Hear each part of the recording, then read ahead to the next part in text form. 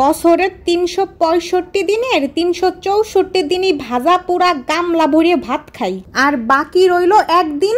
ওই একদিনের আবার এক বেলায় একটু স্বাস্থ্যকর খাবার খাইয়ে নিজের শুকনা বানানোর বৃথা চেষ্টা আর পণ্ডশ্রম নিয়ে আজকের ফাও কথা। তো চলো শশা সুলতে সুলতে তোমাদের একটা দরকারি প্রশ্ন করে ফেলি। আমার এই ফাও কথা আর আকাইমা বলক তোমাদের কেমন লাগে? তারপর কামে ফিরি। এই যে পেয়ারা দেখতে পারতেছেন, এটা হচ্ছে ইম্পোর্টেড, যেই কারণে গুতা খাইতে খাইতে সিহারায় দাগের অভাব নাই। তা ওইগুলা আবার চাকু দিয়ে ভালো করে গরুর চামড়া ছিলার মতো ছিলে নিচ্ছি, নাইলে দেখতে আবার খারাপ দেখা যাবে না নে। ওই যে কথাই তো আছে, আগে দর্শনদারি তারপরে গুণ বিচারি। তো দেখতেই যদি ভালো না লাগে তা তো খাতেই মন চাবে না। তার জন্য কসলত করে ঢকশক করে পিস পিস করে নিচ্ছি। এই দিক দিয়ে চাকু তেজে ধার, এ দিয়ে চোরের কানও কাটা যাবে না। এই পিয়ারার সাথে যুদ্ধ করার সময় চাকুর জোরের থেকে গায়ের জোরই বেশি ছিল।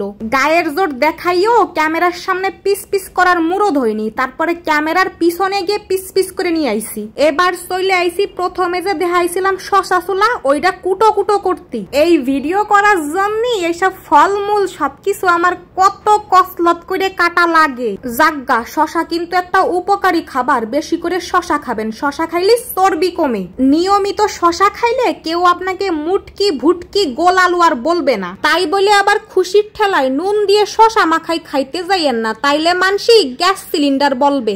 যা জিব্বাই স্বাদ তার স্বাস্থ্যের জন্য ক্ষতিকর, এ আমি জানি ও মানি না, আপনাদের আর কি কব। তারপর চলে আসলাম ড্রাগন নিয়ে, যা ২-৩ বছর বাংলার মাটিতে স্বাধীন হইছে। ছোট থেকে আজ আমরা বয়স পর্যন্ত ড্রাগন বলে যারে চিনতাম তার মুখ দিয়ে আগুন বের হইতো। আর এই বুড়ো বয়সে আইসে যে ড্রাগন চিনলাম তার মুখ পশ্চাৎ কোথাও দিয়ে আগুন বের হয় না। কালের বিবর্তনে ড্রাগন আতঙ্ক থেকে লোভের হয়ে দাঁড়ালো। এই ড্রাগন ফল আবার অনেকেরই অপছন্দের, কিন্তু আমার খুব পছন্দের। এই ফলটা খাইলে যে একটা লিপস্টিক মার্কা চেহারা হয়ে যায়, ওইটাই আমার ভাল লাগে। তবে ড্রাগনেও অনেক ভিটামিন আছে, কিন্তু কি ভিটামিন আছে তা আমি জানি না। ড্রাগন যেহেতু একটা ফল, ভিটামিন থাকা তো স্বাভাবিক, তাই না? আর মুটকি থেকে শুকাইতে গেলে কম খাবারই খাইতে হবে, কিন্তু এরকম ভিটামিন সমৃদ্ধ।